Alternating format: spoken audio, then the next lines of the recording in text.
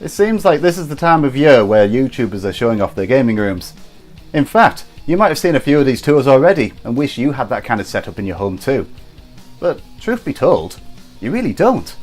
It doesn't matter what shape your gaming setup has taken, as long as you can play your favourite games, that's all that counts. However, on that note, hello fellow gamers, and welcome to my gaming room.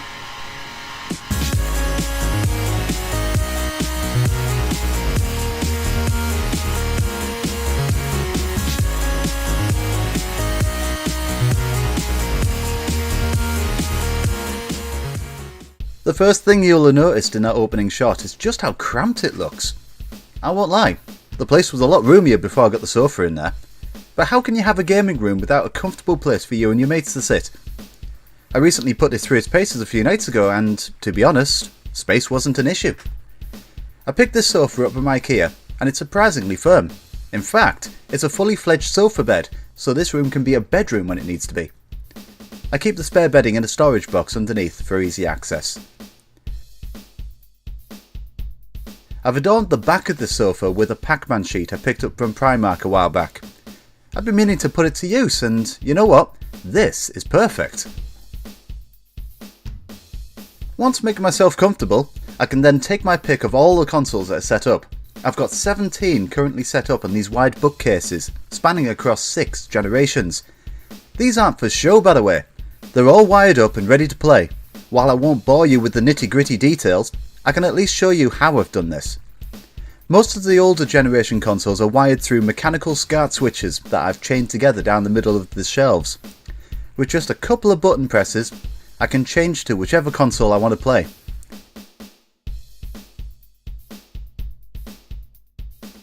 The newer generation consoles have a similar setup, using HDMI switches instead. All these feed through my Elgato that I've conveniently stuck up here next to the door, before going to the TV, so I can capture footage for any of these consoles. That is, except for the Atari 2600. This only has one RF output built into it, which connects directly to the TV's aerial input. But that's okay, because I also have a RetroPie set up with my Atari games installed, should I need to capture that too. The TV that everything's feeding into is a 32-inch Samsung HD TV, which I managed to pick up for 50 quid second hand. It's not top of the range or anything, but it's got a game mode that really reduces the input lag on all of the older consoles. I had an alternative, a 42-inch 3D TV, which would have been brilliant for the likes of stereoscopic 3D gaming, but the input lag on older consoles was unbearable. It made much more sense to make more consoles playable in the gaming room, so the Samsung stuck. Speaking of Samsungs, I have another smaller TV beside it which is wired up to my PC for use as an external monitor. It's here so I can use it while I'm streaming, to keep an eye on the feed, and to see any comments or subscriptions pop up whilst playing. I haven't hosted any streams from this room yet, but rest assured, I'm going to be doing that soon. On the other side of the TV is an old Sony Micro Hi-Fi I bought many years ago. You can tell it's old because it's even got mini disc on it. That format died out over a decade ago. I haven't replaced it yet because, well, it still works. The sound quality from this is brilliant, and the TV is wired up to this so I can blast out my gaming tunes while I play. The speakers are set up on the shelves above, which I installed myself, along with various gaming boxes and assembled Labo sets. Not so hidden away in a corner are a couple of sets of drawers. In the lower drawers, I keep all of my spare controllers, which are all bagged up with their cables tied. This isn't an OCD sort of thing. I've done this in order to keep everything clean and tidy, and it also means I don't end up with a horrible mess of tangled cables. I mean, how many times have you wanted to get a specific controller or cable out of a drawer, only to find it's wrapped around about a million other pieces? What? This ensures I can find what I'm looking for quickly, whilst taking up the least amount of space possible.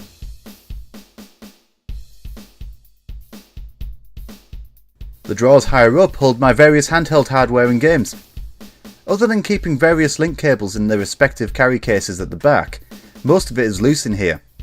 Now I've got a few ideas on how to tidy this up a bit, which leads me perfectly to the next item in my gaming room. towering above them all is my 3D printer. I've printed out quite a few gaming related items from this, such as this steering wheel for my Xbox One controller. And I plan on designing and printing out many more items for the gaming room to help with storage and display. In the opposite corner, I have a couple of IKEA glass cabinets. Yes, I do a lot of shopping at IKEA, but anyway, these house various collectibles that I've gathered over the years. Oh yeah, and my collection of Amiibo as well. I've got over 160 Amiibo housed in here, most of which I've opened, but a few of them I've kept in their boxes. Now, I'm not an unboxed Amiibo collector. It's just that a few of them are here to finish off a few different sets, such as the Fire Emblem ones.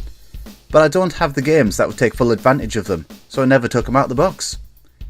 There are a couple of others I've not taken out of the box though, such as these Silver and Gold Mario Amiibo.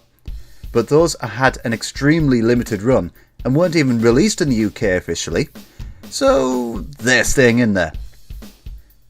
On top of the cabinets are more Labo sets and other larger items, such as this Link statue and the collector's edition copy of Doom on PS4, complete with the Revenant statue. Now this is something you're going to see quite a few times in the background of future videos.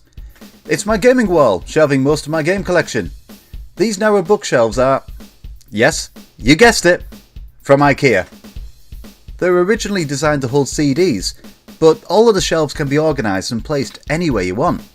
Now, since game cases from different platforms have many different dimensions, my gaming wall has a little bit of a haphazard sort of look to it. So far, I've got over 850 games catalogued across various different platforms over the years, and they're just the ones that I've kept a record of. There's bound to be a few others I haven't officially added to my list yet, possibly sitting in a box somewhere. You'll notice it's not jam-packed either. This is simply because I bought more shelves than I needed. I wanted to ensure I could house everything I have and allow for expansion when I pick up any new games. Now I fully understand though that at some point in the future I'm going to need to pick and choose what goes in here. Thankfully, I don't try to collect every game for every system.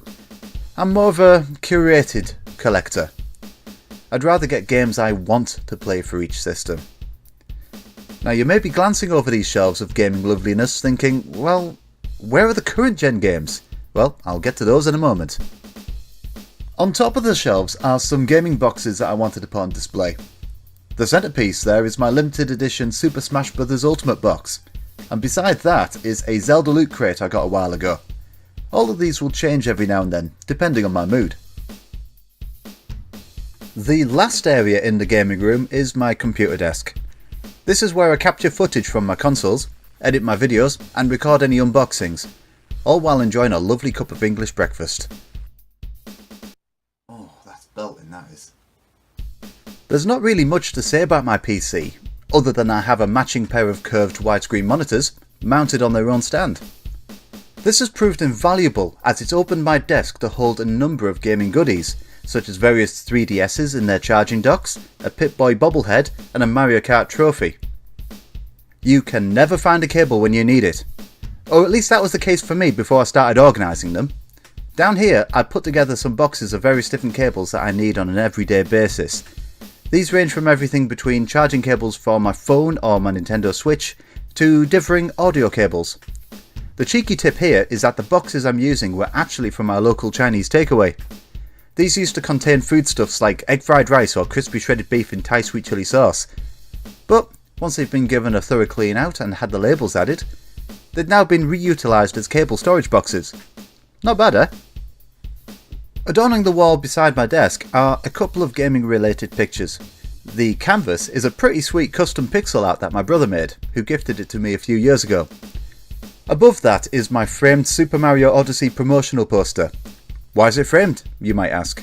Well, it's signed by none other than the voice of Mario himself, Charles Martinet. The signed poster was gifted to me last year by a mate of mine, and I had to hunt all around Manchester in order to find a frame that would fit it. So that's my gaming room in its entirety, but like many gamers, I have a little bit of spill out as it were. In my living room, I have all of the current generation of consoles set up, a PS4, a second Switch, and an Xbox One X. Eventually, these will all make their way into the gaming room when the next generation of consoles come out. These are connected to a 55-inch 4K TV, which makes playing games from the sofa all the more comfortable.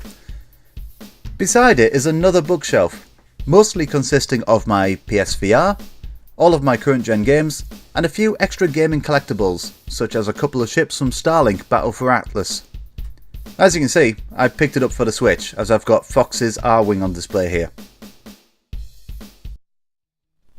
So this is it, my little gaming room. This is the first time I've taken a stab at something like this, and I'd like to think I've did pretty well with the space available. But let me know down below what you thought of the room. Perhaps there's something else you'd have done differently. Just let me know. But anyway, I'll let you get back to your games. I'll catch you all next time. Thank you so much for watching the vid, guys. Liked it? Disliked it? If you've got a second, let me know how you felt down below. And while you're down there, if you want to see more of what I have to offer, go ahead and subscribe. I've got loads more ideas for future videos and I wouldn't want you to miss out. Oh, and here's all the other social media goblins as well. Thanks again for watching, and you have yourself a great day.